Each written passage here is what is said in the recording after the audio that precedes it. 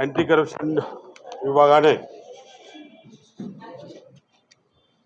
अचानक रात्री 7 वाजता नोटीस दिली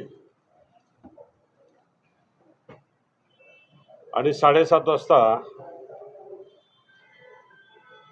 माझ्या दोघी बंगल्यावरती छापा टाकला आणि बंगल्याचे पूर्ण सर्च केल्या गेल्यानंतर त्यापूर्वी अँटी करप्शनने गुन्हे दाखल केले.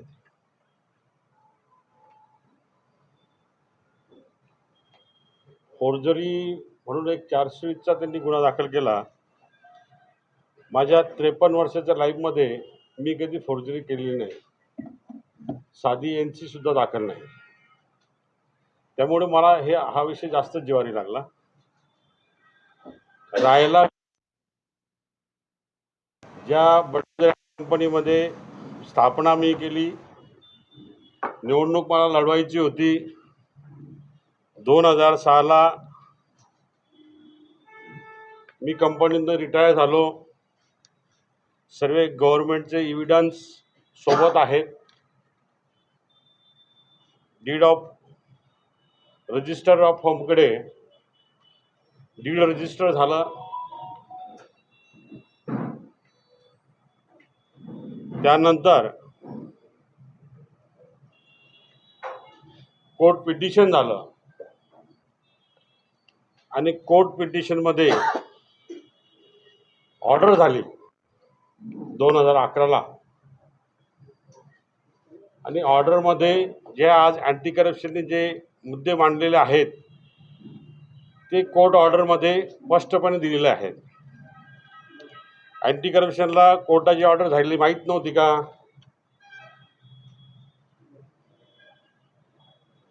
ही कोर्टाची ऑर्डर आहे. ज्या त्यांनी प्रश्न विचारलेले आहेत की तुमची नियुक्ती कधी झाली आणि सेवानिवृत्ती कधी झाली,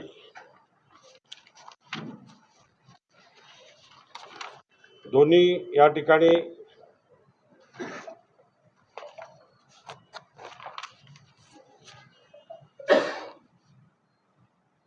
तीस 11/2006ला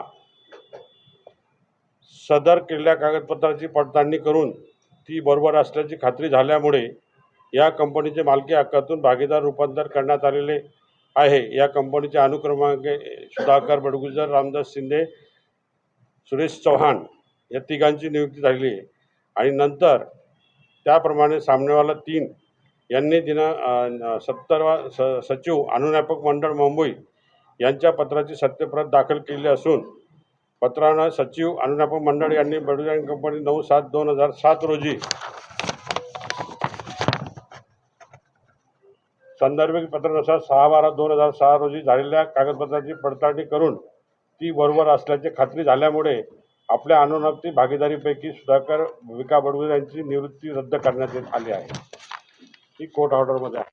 तर ह्या शिवसैनिकासमोर त्या अँटी करप्शनचं सुप्रिटेंडेंट समोर जाहीरपणे आत्महत्या करेल, जाहीरपणे गडपाजली.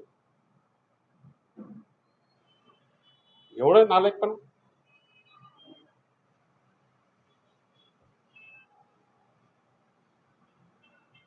माझ्या 53 वर्ष लाईफमध्ये कधी मी हे नाही केलं, साधी एनसी सुद्धा नाही. जे गुन्हे आहेत माझ्यावरती आंदोलनाचे याचे त्याचे गुन्हे आहेत. कागदपत्र खोटं बोलणं, ओढून ताडून केस आणायची आणि त्रास द्यायचा शिवसैनिकांना. अरे आम्ही बाळासाहेबांचे शिवसैनिक आहे, उद्धव साहेबांचे शिवसैनिक आहे. हे सर्व व्यासपीठावर बसलेले सर्व अगदी रक्त गोठलेले तळपायचं यांचं, एवढे अनुभव आहे त्यांचे. तर मला पोलीस प्रशासनाला विनंती आहे, चुकीचे गुन्हे दाखल करू नका.